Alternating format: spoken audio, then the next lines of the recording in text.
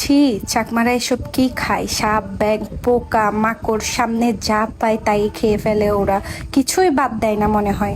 So hello everyone, I hope সবাই ভালো আছেন, আমিও ভালো আছি। যেহেতু আমি আজকে ঢাকায় চলে যাব, তাই আমি আমার মাকে নিয়ে বাজারে চলে যাচ্ছিলাম বাজার করার জন্য।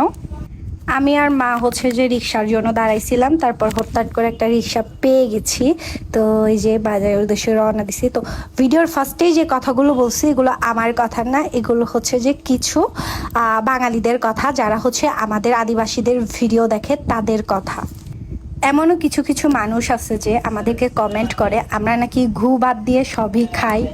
আসলে এসব কমেন্ট যখন দেখি অনেক হাসি পায়। আমার মনে হয় কারোর খাবার নিয়ে কখনো কথা বলা উচিত না। তো এদিকে হচ্ছে যে আমার মা হচ্ছে ব্রণের এখানে টুথপেস্ট লাগাইছিলাম, বলতেছি মুছে ফেলো, ভিডিও করতেছি, খারাপ দেখাইতেছে। তো আমার মা পান খাচ্ছে, এদিকে আমি স্পিড খাচ্ছিলাম। আর সবাই বলে আমার মাকে আর আমাকে নাকি একরকম দেখতে। সবাই একটু কমেন্ট করবেন আসলেই কি আমাদের মা মেয়েকে একরকম দেখতে লাগে কিনা। সো আমরা মা মেয়ে গল্প করতে করতে কখন যে বাজারে এসে গেছে আমরা নিজেরাও জানি না। তো রিক্সা থেকে নামার পর দেখি অনেক অনেক বাঁশকুড়োল বিক্রি করতেছে, মানে আমাদের পাহাড়িদের ফেভারিট খাবার বাঁশকুড়োল। তারপর একটু সামনে গিয়ে হচ্ছে যে ঝিরির কাঁকড়া পেয়ে যাই, আর আমি তো পেয়ে মহা খুশি। তারপর এগুলো নিয়ে নিলাম। মেবি 7টা 100 টাকা করে বিক্রি করতেছিল, আমরা 7টা 100 টাকা দিয়ে কিনে ফেলি।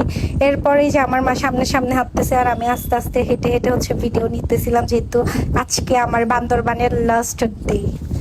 আমাদের এই মগ বাজারে যে খাবারগুলো বিক্রি করা হয়, মানে যে সবজিগুলো বিক্রি করা হয়, এগুলো হচ্ছে ফরমালিন মুক্ত।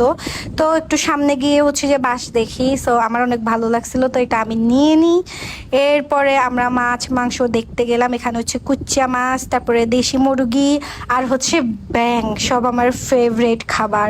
যেহেতু আজকে চলে যাব, আমার মাকে বললাম আমার অনেক কিছুই খাইতে ইচ্ছা করতেছে, সো আমার মা ওখানে নিয়ে গেল আমাকে। এরপর যাওয়ার পরে আমরা হচ্ছে যে 1 কেজি ব্যাং কিনে নিই, কারণ এই সিজনে ব্যাং মিস করা একদমই যাবে না, কারণ কয়েকদিন পর আর পাওয়া যাবে না। ব্যাং হচ্ছে যে আমার ফেভারিট খাবার।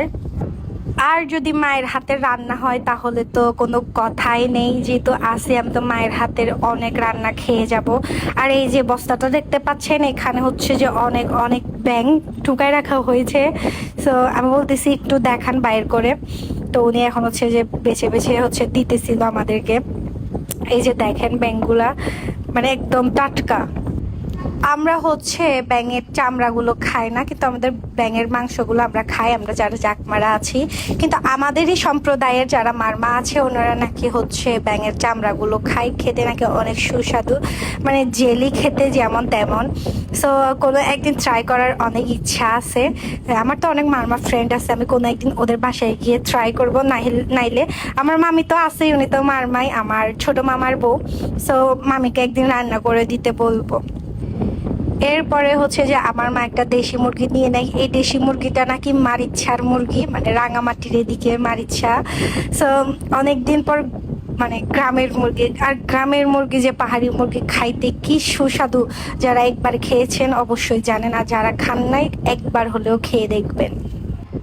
এটা মূলত নেওয়া হয়েছে আমার ফ্রেন্ড কয়েকজনকে খাওয়াবো, মা রান্না করে দিবে, কারণ আমার মা যেভাবে রান্না করতে পারবে ওভাবে তো আর আমি রান্না করতে পারবো না, যার কারণে হচ্ছে আমি বাসা থেকে রান্না করে নিয়ে যাব ওদের জন্য। সো উনি অনেক সুন্দর করে পিস পিস করে দিছে। আর এটাকে হচ্ছে বাঙালিরা কি বলে আমি জানি না, বাট এটাকে আমরা চাকমা ভাষায় গুঙুরো বলি।